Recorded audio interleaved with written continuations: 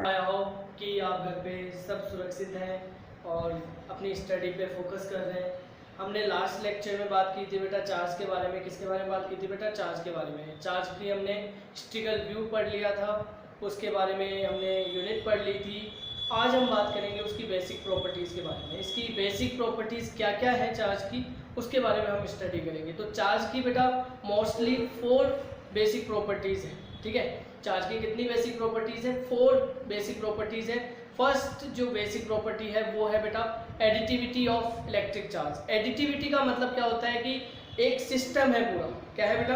एक पूरा सिस्टम है, उसमें अलग अलग चार्जेस रखे हुए हैं। मान लीजिए ये कोई सिस्टम है, इस सिस्टम में बहुत सारे चार्जेस रखे हुए हैं बेटा। मतलब इस सिस्टम में बहुत सारे चार्जेस हैं, प्रेजेंट है इसमें। क्लियर? तो ये चार्जेस मान लो ये Q1 हो गया, ये Q2 हो गया, ये Q3 हो गया, लाइक ये हो गया हमारे पास Q4, Q5, Q6, Q7, Q8 और Qn। मतलब n नंबर ऑफ चार्जेस इस सिस्टम में क्या है? प्रेजेंट है। तो इन सब चार्जेस का जो सम होगा, मतलब जितने चार्जेस है Q1, Q2, Q3, Q4, Q5, Q6, Q7, Q8, Q9, इन सब चार्जेस का जो सम होगा, एल्जेब्रिक सम होगा, वो क्या होगा बेटा? इस पूरे सिस्टम का कंप्लीट जो चार्ज होगा उसके इक्वल होता है। क्लियर? तो एडिटिविटी ऑफ इलेक्ट्रिक चार्ज जो प्रॉपर्टीज है इसकी, वो क्या बोलती है? It means the total charge of a system, कि टोटल चार्ज जो होगा सिस्टम का वो क्या होगा बेटा? एल्जेब्रिक सम होगा। मतलब इस सिस्टम का मैं क्या मान लूं बेटा? टोटल चार्ज कितना मान लूं इसका? Q। कितना मान लूं बेटा? Q। इसका मैंने क्या मान लिया? टोटल चार्ज मान लिया इस पूरे सिस्टम का। ठीक है, तो जो इस पूरे सिस्टम का चार्ज है वो क्या होगा? इन सब के एल्जेब्रिक सम के इक्वल होगा। कैसे? Q1 plus Q2 plus Q3 plus कहाँ तक बेटा? Qn तक। क्लियर? तो यहाँ तक मतलब ये जितने भी चार्जेस हैं उनका सबका एल्जेब्रिक सम कितना हो जाएगा हमारे पास? Q1 plus Q2 plus Q3 plus Qn तक। क्लियर? तो ये हो गई एडिटिविटी ऑफ इलेक्ट्रिक चार्ज के बारे में हमने बात कर ली, जो कि आपकी क्या है? बेसिक प्रॉपर्टी है इलेक्ट्रिक चार्ज की। क्या है बेटा? बेसिक प्रॉपर्टी है इलेक्ट्रिक चार्ज की। अब इसमें मान लीजिए मैं एक न्यूमेरिकल पोर्शन ले लेता हूँ, एक छोटा सा न्यूमेरिकल ले लेते हैं।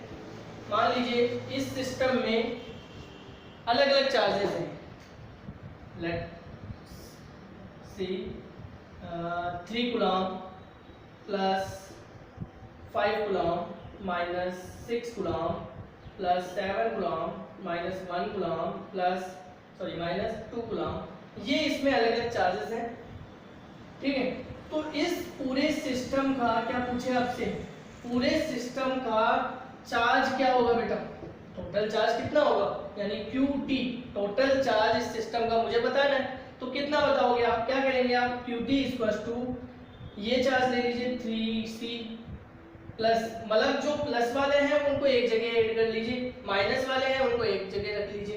तो plus 5C plus 7C minus 6C minus 1C minus 2C। तो बेटा ये आपके पास फाइनल आंसर कितना हो जाएगा? 5 7 12 12 3 कितना हो गया बेटा? 15। ठीक है, 15 माइनस अब कर देंगे 15C माइनस ये हो जाएगा बेटा आपके पास कितना? 9C। क्लियर? तो 15C में से 9C अगर आप माइनस करते हैं तो आपके पास क्या बचेगा? 6C बच जाएगा बेटा। यानी इस पूरे सिस्टम का टोटल चार्ज कितना है? 6C। Clear?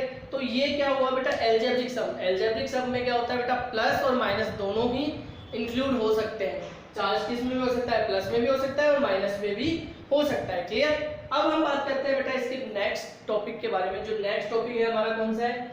क्वांटिटाइजेशन of electric charge. क्वांटिटाइजेशन का मतलब क्या होता है कि जो आपके पास इलेक्ट्रॉन्स हैं, जो भी आपके पास इलेक्ट्रॉन्स है वो किस फॉर्म में आगे की तरफ क्या कर रहे हैं? मूव कर रहे हैं। एक बॉडी से दूसरी बॉडी में अगर वो मूव कर रहे हैं तो किस फॉर्म में कर रहे हैं? तो कई साइंटिस्ट्स ने बोला कि जो इलेक्ट्रॉन्स हैं वो फोटॉन्स के फॉर्म में क्या करते हैं? आगे की तरफ मूव करते हैं, मतलब दूसरी बॉडी में ट्रांसफर होते हैं। अब मान लीजिए क्वांटिटाइजेशन में क्या बोला गया कि जितने भी बॉडी पे चार्जेस हैं, जितना भी बॉडी के ऊपर चार्ज है वो कैसे ट्रांसफर होगा? लेट्स सी, देखते हैं कैसे ट्रांसफर होगा। चलिए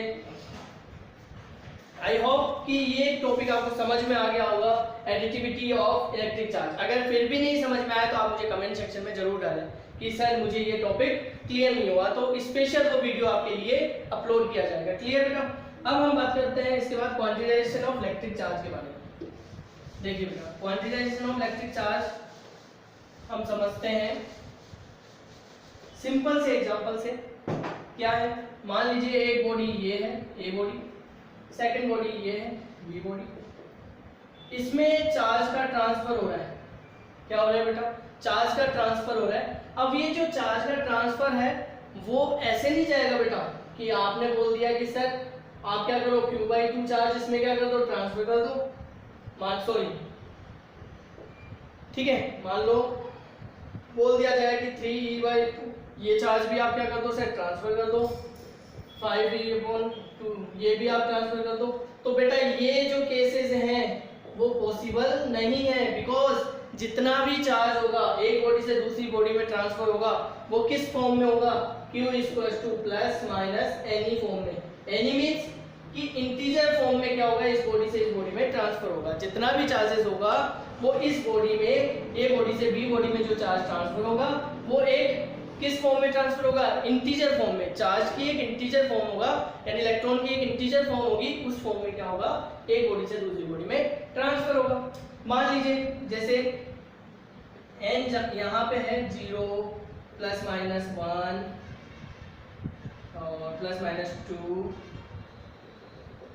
आप इसे ऐसे भी लिख लो चाहे, क्योंकि आपने यहाँ ±n ही लगा दिया तो 1 2 कहाँ तक चला जाएगा बेटा, आगे तक चलता जाएगा ये कम्प्लीटली।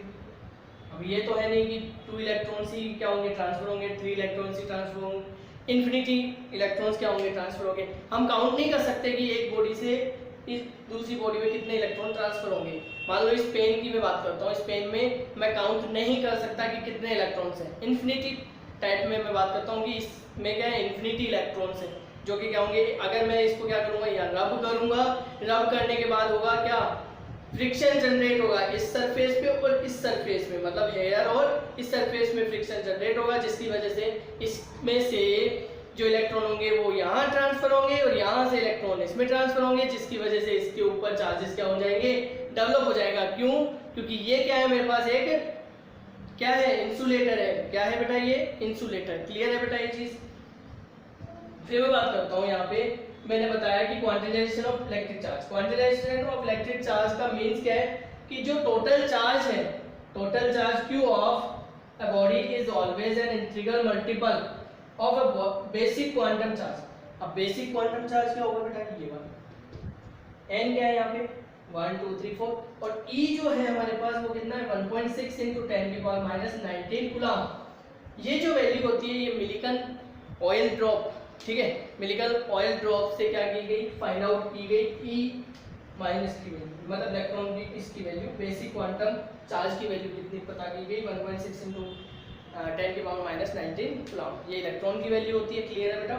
तो यहाँ से आपको क्या पता लग जाएगा कि बेसिक क्वांटम चार्ज कितना होता है। ठीक है, तो क्वेश्चन क्या आ सकता है कि what is a basic quantum charge, what is the value of basic quantum charge. तो बेसिक क्वांटम चार्ज की वैल्यू होती है कितनी, मतलब उसकी वैल्यू ये होगी, अगर सॉरी 1.6 × 10⁻⁻19। क्लियर? यहाँ तक चीज आ गई होगी समझ में। फिर हम बात करते हैं बेटा, क्वांटिटाइजेशन हो गया हमारे पास, उसके बाद हम बात करेंगे बेटा किसके बारे में, कंजर्वेशन ऑफ चार्ज। बहुत इंपॉर्टेंट टॉपिक है, आपने 11th में भी पढ़ा होगा कंजर्वेशन ऑफ मास के बारे में। ठीक है, वैसे ही कंजर्वेशन ऑफ इलेक्ट्रिक चार्ज की भी हम यहाँ बात करेंगे। इलेक्ट्रिक चार्ज मीन्स चार्ज हमने पढ़ लिया। अब इसमें हम बात करेंगे बेटा किसके बारे में, कि जो हमारे पास चार्ज है वो ट्रांसफर तो हो रहा है, ठीक है, ट्रांसफर तो हो रहा है, लेकिन मान लो कोई आइसोलेटेड सिस्टम है, ठीक है, उसके अंदर चार्ज कितना है, क्या उसके अंदर चार्ज कभी डेवलप हो रहा है या डिस्ट्रॉयड हो रहा है। तो कंजर्वेशन ऑफ चार्ज में ये चीजें हम पढ़ेंगे कि इसने क्या लॉ दिया, law of conservation of charge which state, क्या स्टेट था इसका, कि जो टोटल चार्ज होगा आइसोलेटेड सिस्टम का, मान लो ये कोई आइसोलेटेड सिस्टम है,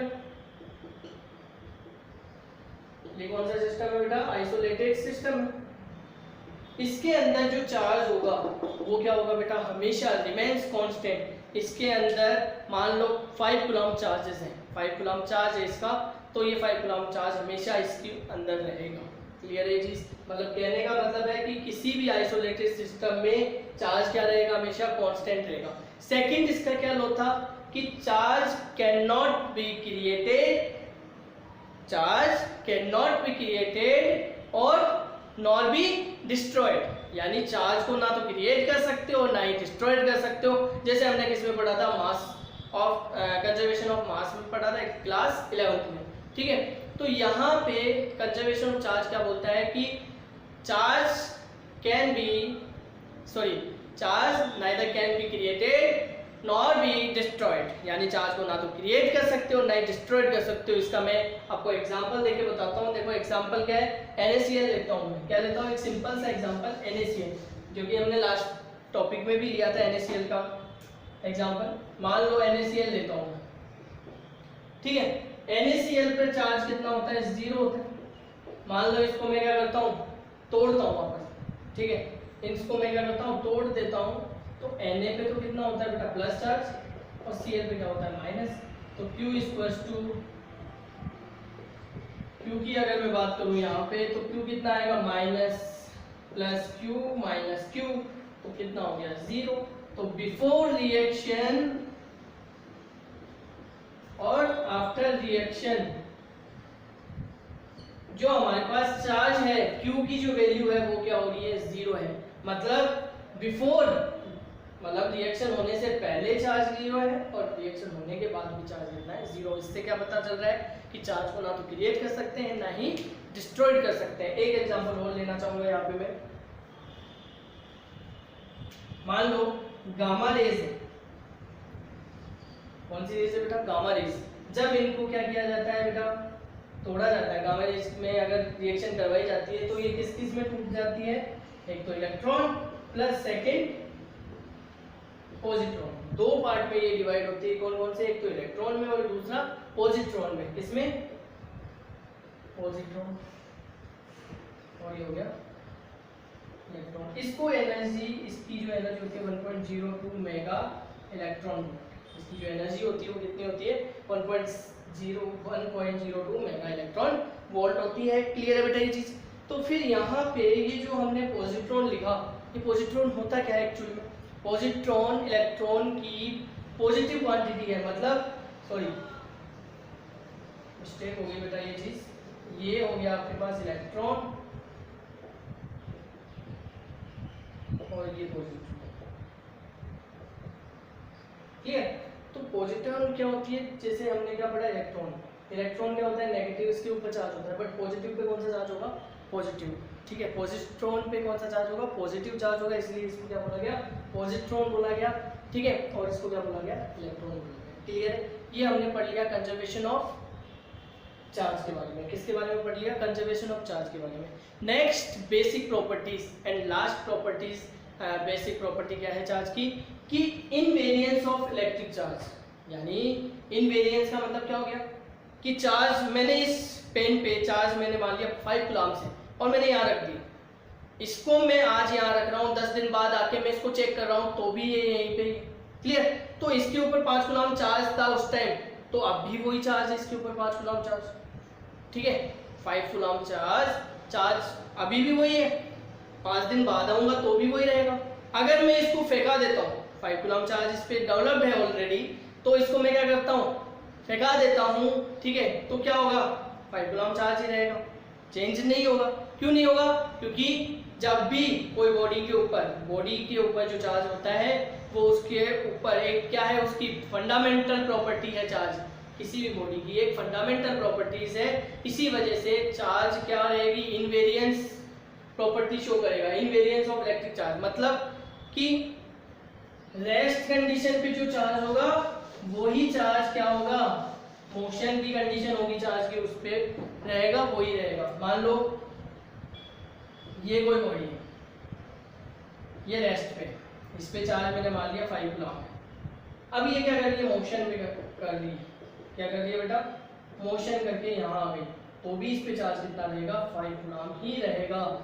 ये चीज़ ये क्या बताती है, इनवेरियंस ऑफ चार्ज जो प्रॉपर्टी है वो ये चीज़ बताती है। मतलब Q रेस्ट, मतलब रेस्ट में जो चार्ज होगा वो ही किस में होगा, मोशन।